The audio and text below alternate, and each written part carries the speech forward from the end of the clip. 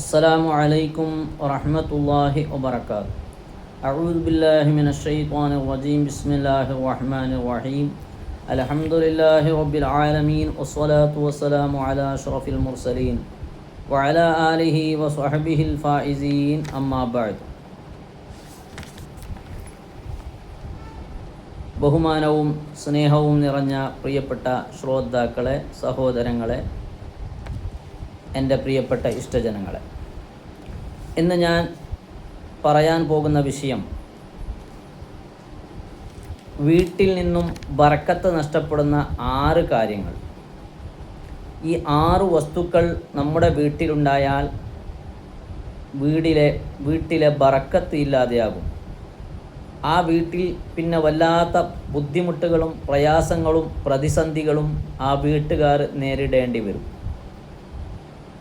പരിശുദ്ധരാകുന്ന റഹ്മത്തിൻ്റെ മലായിക്കത്തുകൾ ഒരിക്കലും ആ വീട്ടിൽ കടന്നു വരില്ല. അതുവഴി അള്ളാഹുവിൻ്റെ റഹ്മത്ത് ആ വീട്ടിൽ നിന്നും ഉയർത്തപ്പെടുന്നതാണ്. അങ്ങനെയുള്ള വളരെ ഗൗരവമുള്ള 6 വിഷയങ്ങൾ നമ്മൾ മനസ്സിലാക്കുകയും അത് നമ്മുടെ വീട്ടിൽ നിന്ന് എടുത്തു മാറ്റുകയും ചെയ്യുക. നമുക്കറിയാം, ഇന്നൊരു വീട് കെട്ടാൻ വീട് ഉണ്ടാക്കാൻ നമ്മൾ എത്രയാണ് കഷ്ടപ്പെടുന്നത്. വീട് എന്നുള്ളത് മനുഷ്യൻ്റെ ഒരു സ്വപ്നമാണ്. ഒരു മനുഷ്യൻ അവൻ്റെ ജീവിതത്തിൽ കാണുന്ന ഏറ്റവും വലിയ സ്വപ്നം, ആഗ്രഹം എന്നുള്ളത് അവൻ്റെ ഒരു വീടാണ്. നല്ല മാന്യമായ നിലക്ക്, സന്തോഷകരമായ നിലക്ക് തനിക്കും തൻ്റെ മക്കൾക്കും താമസിക്കാനുള്ള ഒരു സമാധാനം നൽകുന്ന വീടിനെയാണ് ഏതൊരാളും ആഗ്രഹിക്കുന്നത്. അങ്ങനെ ആ ഒരു വീട് നിർമ്മിക്കാൻ വേണ്ടി അവൻ അനുഭവിക്കാത്ത കഷ്ടപ്പാടുകളില്ല. അവൻ ജീവിതത്തിൽ സമ്പാദിക്കുന്ന മുഴുവനും ഒരു വീട് നിർമ്മിക്കണം എന്ന ഒരു സ്വപ്നം യാഥാർത്ഥ്യമാക്കാൻ വേണ്ടിയിട്ടാണ്. അതിനുവേണ്ടി പലരിൽ നിന്നും അവൻ കടം വാങ്ങുന്നു, താൻ സമ്പാദിച്ചതെല്ലാം കൂട്ടിവെക്കുന്നു. മാത്രമല്ല, എല്ലാവരെ പോലെ സുന്ദരമായ നല്ല വീട് ഉണ്ടാക്കണമെന്ന ആഗ്രഹത്തോടെ ബാങ്കിൽ നിന്ന് ലോൺ പോലും വാങ്ങുന്ന ആളുകൾ ഒരുപാടുണ്ട്. എന്നാൽ അങ്ങനെ വീടിൻ്റെ പണി തുടങ്ങി, ഭംഗിയായി വീട് പൂർത്തിയായി, അതിൻ്റെ കുടിയിരിക്കലും മറ്റും എല്ലാം വളരെ ഭംഗിയായി നടത്തി. എന്നിട്ട് അതിൽ അവനും അവൻ്റെ കുടുംബവും താമസിക്കാൻ തുടങ്ങി. ദിവസങ്ങൾ പിന്നിടുമ്പോഴേക്കും ആ വീട്ടിൽ എന്തോ ഒരു അസ്വസ്ഥത അവൻ നേരിടാൻ തുടങ്ങുകയാണ്. എന്തോ ഒരു പ്രയാസം, മനപ്രയാസം, മനസ്സിന് വല്ലാത്ത ഒരു ദുഃഖവും ബേജാറും ഇങ്ങനെ തികട്ടി വരുന്നത് അവൻ്റെ അനുഭവത്തിന് വരികയാണ്. അവനിക്കും അവൻ്റെ മക്കൾക്കും ഒരു സമാധാനമില്ലാത്ത ഒരു ചുറ്റുപാട്, രോഗങ്ങൾ, മക്കൾ അനുസരിക്കാതിരിക്കൽ, ഭാര്യയ്ക്ക് സുഖമില്ല, അവൻ്റെ ജോലിയിലും മറ്റും തടസ്സങ്ങൾ നേരിടാൻ തുടങ്ങി. അങ്ങനെ ഓരോ പ്രശ്നങ്ങൾ ഇങ്ങനെ അനുഭവത്തിൽ അവൻ കാണുകയാണ്. അങ്ങനെ അവസാനം എല്ലാം നഷ്ടപ്പെട്ട് പരിപൂർണമായി സമാധാനം എന്നത് തീരെ ഇല്ലാതെയായി. ഒരു പക്ഷേ അവൻ വിചാരിക്കുകയാണ്, സുബ്ഹാനല്ലാഹ്, വീട് നിർമ്മിക്കുന്നതിന് മുൻപ് ഞാൻ വല്ലാത്ത സന്തോഷത്തോടെ റാഹത്തോടെ കഴിഞ്ഞുകൂടിയിരുന്നു. വാടക വീടാണെങ്കിലും ചെറ്റപ്പറയാണെങ്കിലും വലിയ സന്തോഷമുണ്ടായിരുന്നു. പക്ഷേ വീടാകുന്ന ഒരു സ്വപ്നം യാഥാർത്ഥ്യമായപ്പോൾ എൻ്റെ എല്ലാ സമാധാനവും നഷ്ടപ്പെട്ടു പോയി. എൻ്റെ മക്കളുടെ, എൻ്റെ ഭാര്യയുടെ സന്തോഷമില്ലാതെയായിപ്പോയി. എനിക്ക് ഈ വീടുണ്ടാക്കേണ്ടതായിരുന്നു, ഈ വീട് ആവശ്യമില്ലായിരുന്നു, വീടിൻ്റെ ഭാഗം തന്നെ ചിന്തിക്കേണ്ട ഒരു അവസ്ഥ എനിക്ക് ഇല്ലാതിരുന്നുവെങ്കിൽ ഞാൻ വലിയ സന്തോഷത്തിൽ കഴിഞ്ഞുകൂടുമായിരുന്നു എന്ന് പോലും ചിന്തിക്കുന്ന, വീട് തന്നെ എനിക്ക് വേണ്ടായിരുന്നു എന്ന് പോലും ചിന്തിക്കുന്ന എത്രയോ ആളുകൾ ഇന്ന് അവരുടെ പ്രയാസങ്ങൾ, കഷ്ടപ്പാടുകൾ നമ്മളോട് പറയുമ്പോൾ, പ്രിയപ്പെട്ടവരെ, നമുക്കെന്താണ് മറുപടി പറയാനുള്ളത്? നമുക്കവരെ ആശ്വസിപ്പിക്കാനുള്ള വാക്കുകളില്ല. കാരണം അവർ തന്നെ സ്വയം വരുത്തി വെച്ചതായിരിക്കുന്ന പല പ്രശ്നങ്ങളാണ് ഇതിൻ്റെ പിന്നിൽ എന്നുള്ളതാണ് യാഥാർത്ഥ്യം. കാരണം അറബിയിൽ ഒരു വീട് നമുക്കുണ്ടായാൽ നമുക്കതിൽ സമാധാനമുണ്ടാകണം. കാരണം അറബിയിൽ വീടിന് പറയുന്ന യഥാർത്ഥ പേര് മസ്കൻ എന്നാണ്. സുകൂൻ, അച്ചടക്കം, സമാധാനമുള്ള ഇടം എന്നാണ്. സന്തോഷമുള്ള സമാധാനമുള്ള പാർപ്പിടം എന്നാണ് അതിൻ്റെ അർത്ഥം. പക്ഷേ ഇന്ന് അതിൻ്റെ അർത്ഥം തന്നെ മാറിക്കൊണ്ടിരിക്കുകയാണ്. വീടുണ്ടായാൽ തന്നെ വീടുണ്ടാക്കിയത് മുതൽ എല്ലാ സമാധാനങ്ങളും നഷ്ടപ്പെടുന്നു. എന്താണ് പ്രിയപ്പെട്ടവരെ ഇതിനുള്ള കാരണം? ഇതിൻ്റെ പിന്നിലുള്ള രഹസ്യം എന്താണ്? ഒരുപാട് ആളുകൾ പറയുന്നു, എനിക്ക് വീട് വേണ്ടായിരുന്നു, ഞാൻ എന്തിനു വീട് നിർമ്മിച്ചു, അത്രത്തോളം ബുദ്ധിമുട്ടുന്ന ആളുകൾ. എന്നാൽ മഹാന്മാർ നമ്മളോട് സൂചിപ്പിക്കുന്നത് 6 കാര്യങ്ങൾ നമ്മൾ ശ്രദ്ധിക്കാതെ വന്നാൽ തീർച്ചയായും ആ വീട്ടിൽ സമാധാനം ഉണ്ടാവില്ല. ഈ 6 വസ്തുക്കൾ, ഇനി പറയാൻ പോകുന്ന 6 വസ്തുക്കൾ നമ്മുടെ വീട്ടിലുണ്ടായാൽ അവിടെ ഒരു സമാധാനം ഉണ്ടാവില്ല, ഒരു റാഹത്തുണ്ടാവില്ല. നീ എത്ര വലിയ, എത്ര സുന്ദരമായ അമ്പലച്ചുള്ളിയെപ്പോലെയുള്ള വീട് നിർമ്മിച്ചിട്ടുണ്ടെങ്കിലും ശരി, ഒരിക്കലും അവിടെ സമാധാനം ഉണ്ടാവില്ല. നിനക്ക് റാഹത്തോടെ കിടന്നുറങ്ങാൻ സാധ്യമല്ല. നിൻ്റെ മക്കൾക്ക്, ഭാര്യ മക്കൾക്ക് സന്തോഷത്തോടെ അവിടെ കഴിഞ്ഞുകൂടാൻ സാധ്യമല്ല. അപ്പോൾ ആ 6 കാര്യങ്ങൾ എന്തൊക്കെയാണ്? അത് പഠിച്ച് മനസ്സിലാക്കി നമ്മുടെ വീട്ടിൽ നിന്നത് എടുത്തു മാറ്റണം. എന്നാൽ മാത്രമേ നമുക്ക് സമാധാനമുണ്ടാവുള്ളൂ. നബി തങ്ങൾ പറഞ്ഞുവല്ലോ, ഒരു മനുഷ്യൻ്റെ വിജയം എന്നുള്ളത് 3 കാര്യങ്ങളിലാണ്. 3 കാര്യങ്ങളിലാണ് ഒരു മനുഷ്യൻ്റെ ഏറ്റവും വലിയ വിജയം. എന്താണെന്ന്? ഒന്ന്, അവനിക്ക് സമാധാനം നൽകുന്ന വിശാലമായ സുന്ദരമായ വീട്. മറ്റൊന്ന്, അവനിക്ക് യോജിച്ചതായിരിക്കുന്ന നല്ല ഒരു വാഹനം. മറ്റൊന്ന്, അവൻ്റെ ഭാര്യ. ഈ 3 വസ്തുക്കളാണ് ഒരു മനുഷ്യൻ്റെ വിജയത്തിന് കാരണം. ഈ 3 വസ്തുക്കൾ നന്നായാൽ അവനിക്ക് വിജയമാണ്. എന്നാൽ ഈ 3 വസ്തുക്കൾ കേടുവന്നാൽ അവനിക്ക് എല്ലാ നിലക്കുള്ള അവലക്ഷണവും പരാജയവും അതിലൂടെ ഉണ്ടാകുമെന്ന് മുത്ത് റസൂലുള്ളാഹി സ്വല്ലല്ലാഹി അലൈഹി വസല്ലം തങ്ങൾ പഠിപ്പിക്കുമ്പോൾ നമുക്കിന്ന് വീടിനെക്കുറിച്ച്, ആ വീട്ടിലുണ്ടാകുന്ന ഈ 6 വസ്തുക്കൾ, വീട്ടിൻ്റെ ബറക്കത്തെടുത്തു കളയുന്ന 6 കാര്യങ്ങളെക്കുറിച്ച് മനസ്സിലാക്കാൻ പ്രിയപ്പെട്ടവരെ. ചുരുക്കത്തിൽ നാം ഒരു വീട് കെട്ടിയാൽ വീട് മാത്രം ഉണ്ടാക്കിയത് കൊണ്ട് മതിയായില്ല. ആ വീട് ഒരു ആത്മീയതയുടെ താണമായിരിക്കണം. ആത്മീയത പിന്നെ നിറഞ്ഞൊലിക്കുന്ന, ആത്മീയത തിങ്ങി നിൽക്കുന്ന ഒരു വീടായിരിക്കണം നമ്മുടെ വീട്. എന്നാൽ മാത്രമേ അതിൽ ബറക്കത്തുണ്ടാവുള്ളൂ. ആദ്യം തന്നെ പറയാനുള്ളത്, നമ്മുടെ വീട്, ആ വീട് കൂടി ഇരുന്നാൽ പിന്നെ ആ വീട്ടിൽ നിത്യവും ഒരല്പമെങ്കിലും പരിശുദ്ധ ഖുർആൻ നമ്മളെടുത്ത് ഓതണം. ഒരിക്കലും ഖുർആൻ നമ്മുടെ വീട്ടിൽ അവഗണിക്കപ്പെടരുത്. ഖുർആൻ കേവലം കപ്പാട്ടിൽ മാത്രം വെക്കാനുള്ളതല്ല. നിത്യവും ഒരു പേജെങ്കിലും ആ വീട്ടിൽ ഏതെങ്കിലും ഒരാൾ ആ വീട്ടിൽ വെച്ച് ഓതണം. അപ്പോൾ ആ വീട്ടിൽ ബറക്കത്തുണ്ടാവും, അവിടെ റഹ്മത്തിൻ്റെ മലക്കുകൾ ഇറങ്ങും. അതുപോലെ തന്നെ നിസ്കാരം ഒരിക്കലും ആ വീട്ടിൽ ഖളാ ആയി പോകരുത്. നിസ്കരിക്കാത്ത ആളുകൾ ആ വീട്ടിൽ ഉണ്ടായി പോകരുത്. പരിശുദ്ധമായിരിക്കുന്ന ഹബീബ് സ്വല്ലല്ലാഹു അലൈഹി വസല്ലം തങ്ങളുടെ ദിക്ർ, സ്വലാത്ത്, മദ്ഹുകൾ ആ വീട്ടിൽ നിരന്തരം നടന്നുകൊണ്ടിരിക്കണം. എന്നാൽ അതിനേക്കാൾ വലിയ ബറക്കത്ത്, സമാധാനം മറ്റൊന്നില്ല. ഇതെല്ലാം നഷ്ടപ്പെടുമ്പോഴാണ് ആ വീട്ടിൽ എല്ലാ നിലക്കുള്ള പ്രശ്നങ്ങൾക്കും പ്രയാസങ്ങൾക്കും കാരണമായി വരുന്നത്. ഇരിക്കട്ടെ, പ്രധാനപ്പെട്ട ബറക്കത്ത് നഷ്ടപ്പെടുത്തുന്ന, സമാധാനം നഷ്ടപ്പെടുത്തുന്ന 6 കാര്യങ്ങൾ. അതിൽ ഒന്നാമത്തെ കാര്യം നമ്മൾ ശ്രദ്ധിക്കേണ്ടത്, ഓരോരുത്തരും ശ്രദ്ധിക്കേണ്ട ഒരു വിഷയമാണ് ജനാബത്തുകാർ. വലിയ അശുദ്ധിയുള്ള ആളുകൾ, ഭാര്യ ഭർത്താക്കൾ, അവർ പരസ്പരം ശാരീരിക ബന്ധത്തിലേർപ്പെട്ട് അതോടെ അവരുടെ ശരീരം മലിനമായി അല്ലെങ്കിൽ അശുദ്ധിയായി, വലിയ അശുദ്ധിയുള്ളവരായി. ആ വലിയ അശുദ്ധി ഉണ്ടാകുമ്പോൾ അതിൽ നിന്ന് ശുദ്ധിയാകാതെ, പെട്ടെന്ന് ശുദ്ധിയാകാതെ ആ വലിയ അശുദ്ധിയുടെ കുളി നീട്ടിക്കൊണ്ടു പോവുക. ജനാബത്തുകാർ അവരുടെ ജനാബത്തിൽ നിന്ന് ശുദ്ധിയാകാതെ വെറുതെ ഇങ്ങനെ സമയം തള്ളി നീക്കുക.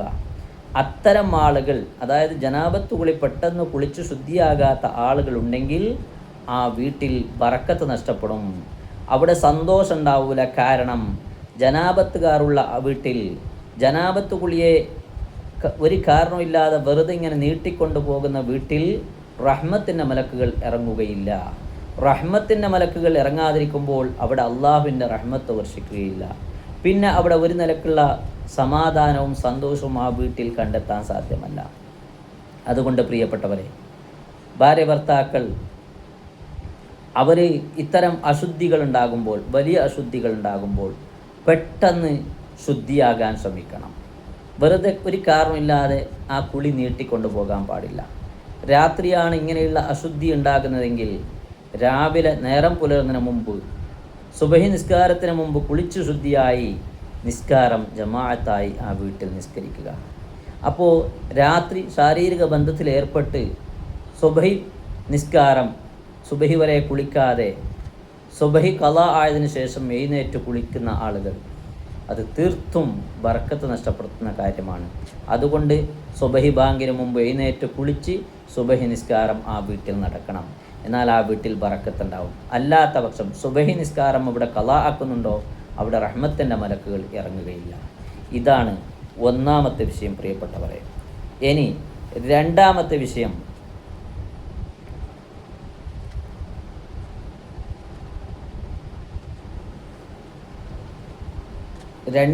വിഷയം, വീട്ടിലെ ബറക്കത്ത് ഇല്ലാതെയാക്കുന്ന അല്ലെ നഷ്ടപ്പെടുത്തുന്ന രണ്ടാമത്തെ കാര്യം ഖത്ഉർ റഹിം. കുടുംബ ബന്ധം മുറിക്കുന്ന ആൾ ഒരു വീട്ടിലുണ്ടോ, അവിടെ പിന്നെ ബറക്കത്ത് ഉണ്ടാവില്ല. കുടുംബ ബന്ധം എന്നത് വലിയ ഒരു വിഷയമാണ്. നമ്മളാരും വലിയ ഒരു ഗൗരവത്തിലെടുക്കാത്ത വിഷയവും കൂടിയാണ് കുടുംബ ബന്ധങ്ങൾ. കുടുംബ ബന്ധം, മാതാപിതാക്കൾ മക്കൾ പിണങ്ങി നിൽക്കുക, മക്കൾ മാതാപിതാക്കളോട് മിണ്ടാതിരിക്കുക, സഹോദര സഹോദരിമാർ മിണ്ടാതെ കഴിഞ്ഞുകൂടുക, കുടുംബ ബന്ധം മുറിക്കുക, എളാപ്പ മൂത്താപ്പമാരോട് കുടുംബ ബന്ധം മുറിച്ച് കളയുക.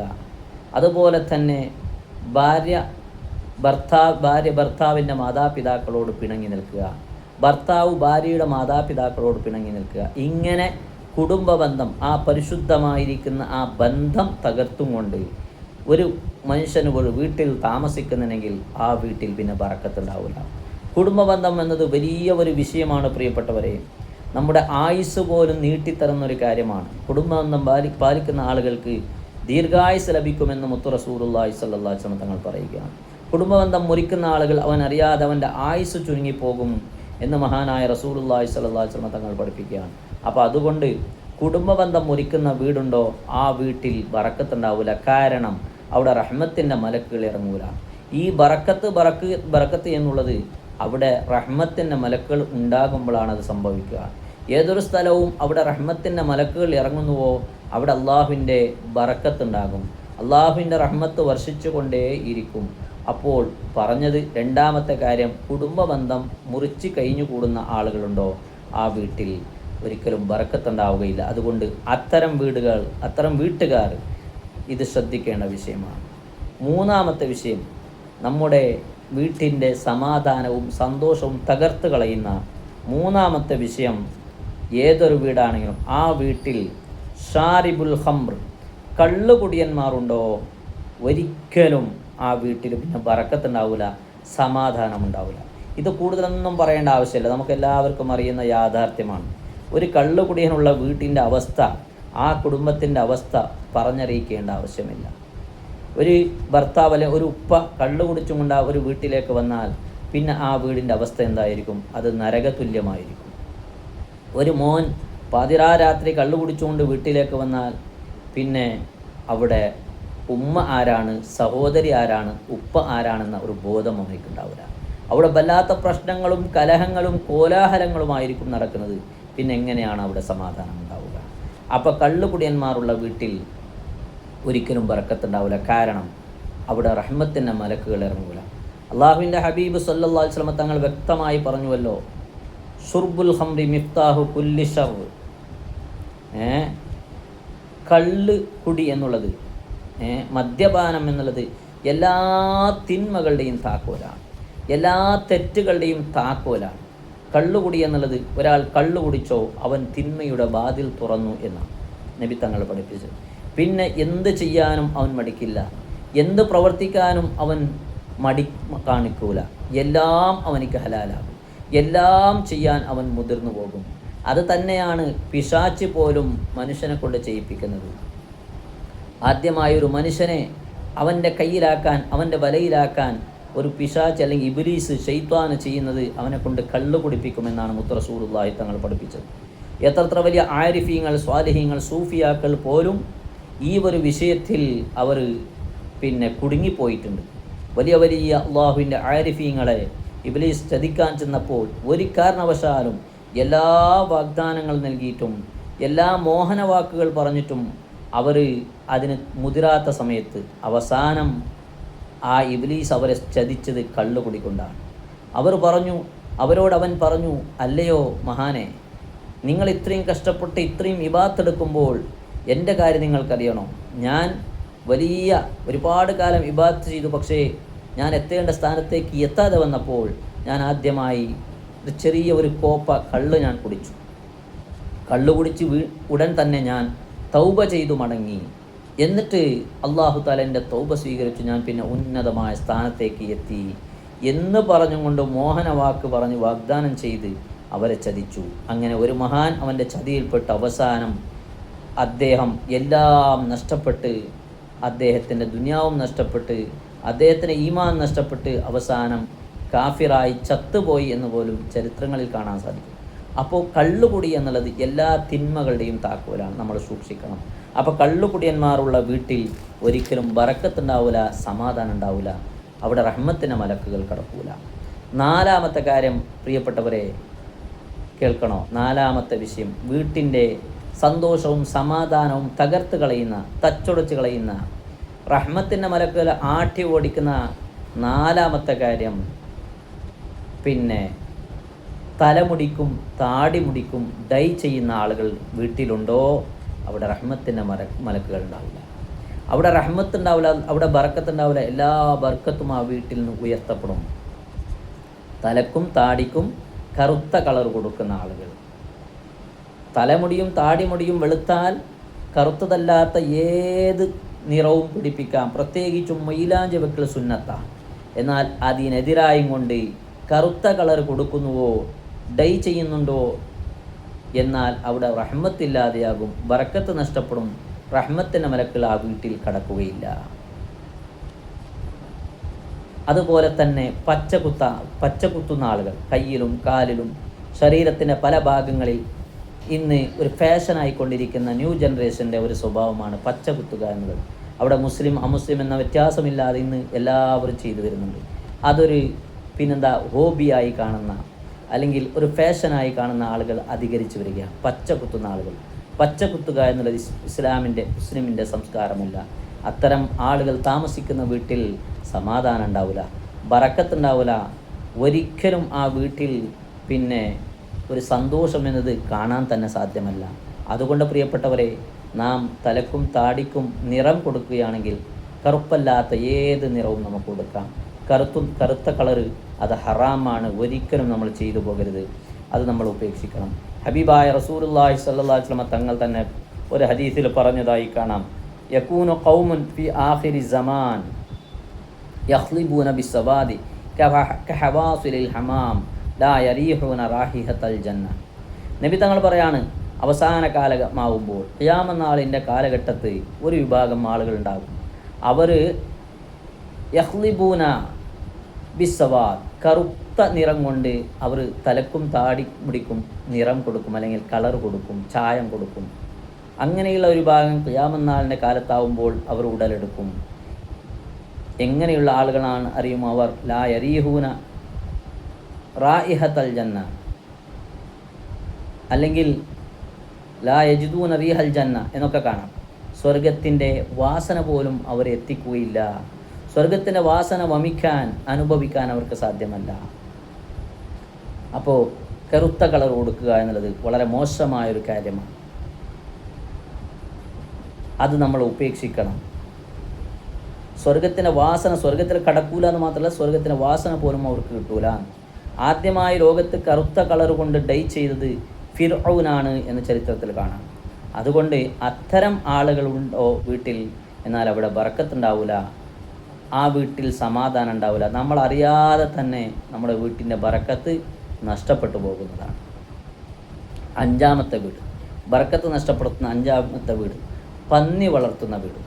പന്നി മുസ്ലിമുകൾ ആരും വളർത്താറില്ല, എന്നാലും ഇപ്പോൾ ന്യൂ ജനറേഷൻ്റെ ഒരു കാലമാവുമ്പോൾ ഒരു ഫാഷനായി പല കാര്യങ്ങളും നമ്മൾ ഏറ്റെടുത്ത കൂട്ടത്തിൽ ചിലരെങ്കിലും പന്നി വളർത്തുന്ന അല്ലെങ്കിൽ അതൊരു നല്ല കാര്യമായി കാണുന്ന ചിലരൊക്കെ ഇന്ന് ഉടലെടുത്തുകൊണ്ടിരിക്കുകയാണ്. എന്തിനേറെ പറയണം, പന്നിയുടെ മാംസം പോലും കഴിക്കുന്ന മുസ്ലിം നാമധാരികൾ ഉണ്ട് എന്നാണ് പറയാൻ കേട്ടിട്ടുള്ളത്.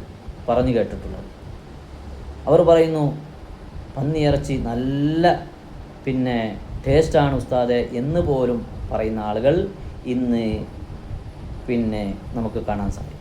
അതുകൊണ്ട് പന്നി ഉള്ള വീട്, ആ വീട്ടിൽ ബറക്കത്തുണ്ടാവില്ല. ഇത് ചിലപ്പോൾ കേൾക്കുമ്പോൾ നിങ്ങൾക്ക് ഇതൊരു അത്ഭുതമായി തോന്നും. എന്നാൽ പ്രിയപ്പെട്ടവരെ, ന്യൂ ജനറേഷൻ്റെ കാലമാണ്. നിങ്ങളൊന്ന് പരിശോധിച്ച് നോക്കൂ, അന്വേഷിച്ച് നോക്കൂ. മുസ്ലിം നാമധാരികൾ, മുസ്ലിം പേര് വെച്ച വീടുകളിൽ അല്ലെങ്കിൽ അത്തരം ആളുകൾ പന്നി മാംസം പോലും കഴിക്കുന്നവരുണ്ട് എന്നാണ് അറിയാൻ സാധിച്ചത്. അള്ളാഹു കാത്ത് സലാമത്താക്കട്ടെ. അപ്പോൾ ആ വീട്ടിൽ ബറക്കത്തുണ്ടാവില്ല.